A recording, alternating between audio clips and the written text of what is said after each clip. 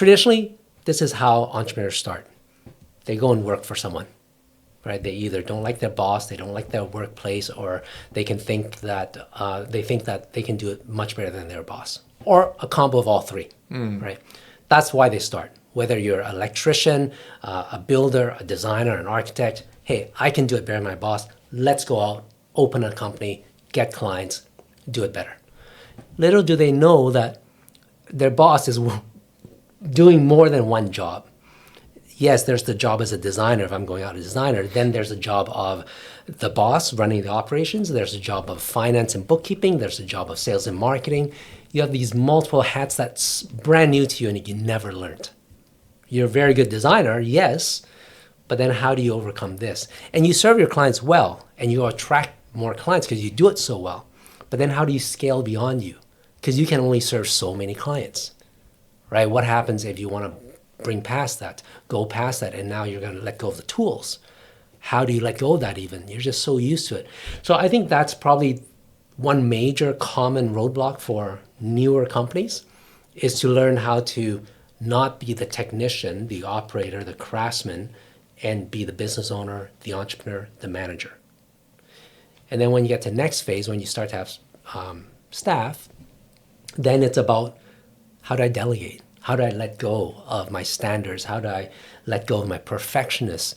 And how do I let people do my business? Because I need to be going to get more sales. I need to be billing clients. I need to do all this other stuff, these whole new job descriptions that I've never realized until I started my own business, right? So that's probably another major one. I'm really generalizing this for you. And then I would say the next common plateau, there's many plateaus in between. The next common plateau would be leadership. So there's a difference between manager and leader. A lot of people don't know this until they get to that position.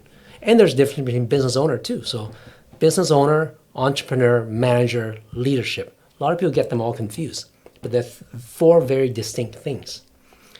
And I would say the growth is you're the technician doing the work. Then you have to learn how to become the entrepreneur to bring in the work, be the business owner to run the whole operations, be the manager when you start to have staff to manage the resources that you have. And then the last stage is be the leader. And I think that's key. Like when I look back at my growth, in the beginning, it was all about being a good technician, which is the designer. So I'm an awesome designer. I get work in, great. Then I need to learn how to manage my people when I start hiring them. But then managing them is not good enough. Whatever you think about succession and legacy. You know, if you're all about just, okay, I'm going to close down my business when I'm done. Okay, great. You don't need to influence anyone. You can just pay people and, you know, it turns, you know, they learn from you, they leave. But what's your succession plan? That's when you need to think about leadership. And in my development, I would say in the first 5 years of me, I got to be a very good designer, but then I plateaued as my designer hat. And I really learned how to become the entrepreneur, the manager, and the leader. And that's where all my growth continued to this day. I'm still learning about leadership because I'm still managing teams. That would be the biggest evolution. And so just to kind of go back to your original point, summarizing those three plateaus, this is the last one that a lot of people don't realize, that they have to be more than a manager if they are thinking about succession. They need to be that leader where people are loyal to them. They can inspire people. They can hopefully get some really good key people to partner with them or take over their business so that they can back out. You know, I've been fortunate to be able to learn that and do that for my own group of companies.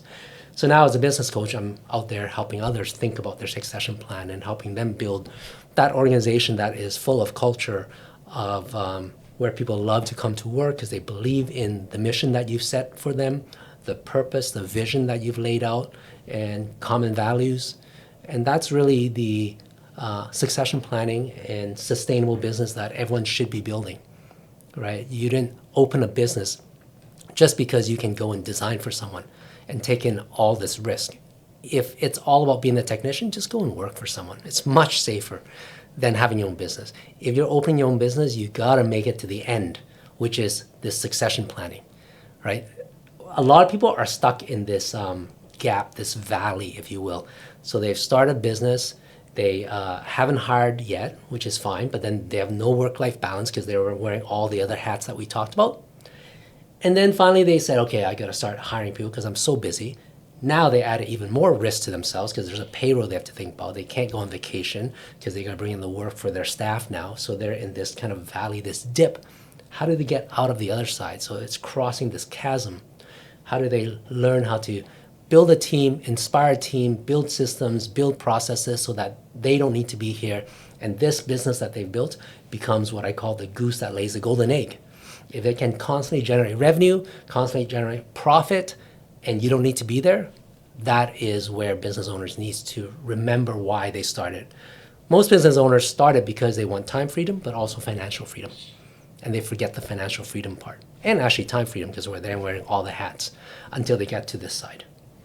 Throughout this journey, and I love the way you describe it and break it down, where usually business owners fail the most? There's multiple failure points, and it just depends which phase you're at. If you were to generalize and summarize, I would say probably the saddest and the most devastating failure would be they forgot why they wanted to open a business.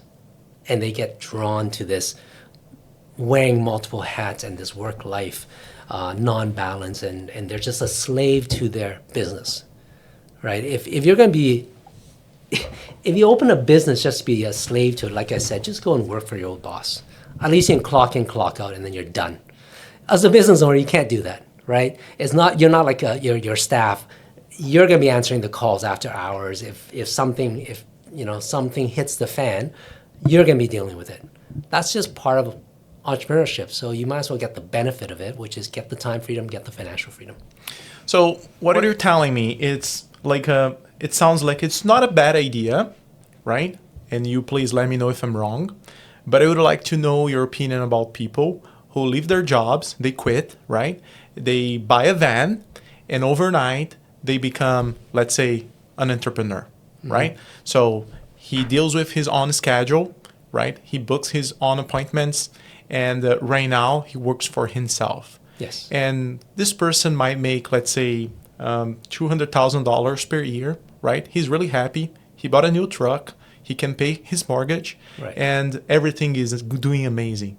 What is your advice for this person long term? Single person operation? Single person operation, or let's say he has an assistant, let's say. Okay. I would say that it really, there's not one solution for everyone, right? It doesn't fit. It depends from looking at succession planning out. It depends where you want to go with your career. At the end of the day, when you're of age to kind of think about hanging up the hat, what do you want to be? That really, because for some people, being a solopreneur is great. You don't have employees. You can go on vacation once your project is done, right? You can take as much time off as you want. Very little overhead. There's huge benefits to that.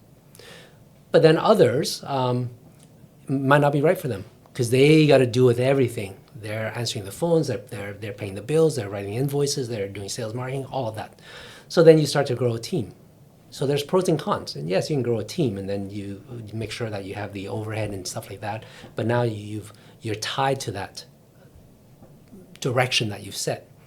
So get out of that through systems and process and hiring the right people so that your business can run on its own. Get out of the way. I think that's a big part, is that people get in their own way, and they forget about that. So yeah, advice really depends where they want to go. But if they are a single person, maybe an assistant, and they're making money, and that's a key thing. A lot of business owners choose not to look at their finances, right? They're like this, and they think that they're making money. But when I look at their financial projection and I normalize everything, like they don't pay themselves a regular salary. Let's say before with their boss, they were getting paid $100K. Now, because the company isn't doing well, they're taking out 10 grand here and maybe 25 here, and for the whole year they got 50K, and they think that they're making money. But once they factor all that out, they're not making money. Okay, well, why are you even in the business for yourself? So assuming they're making money and they have a steady flow and they have work-life balance, great. they've got a great setup. But check if those things are true, Right. right? Do they have work-life balance? Are they making a fair salary for themselves outside of what the company's paying them? See, a lot of small businesses think that it's one and the same, and I coach people on think of it separately. Yes, you are the business owner, but you're also the employee to that business. So pay yourself a salary and then take profit from your business. If you can do both of that, you've got a great business.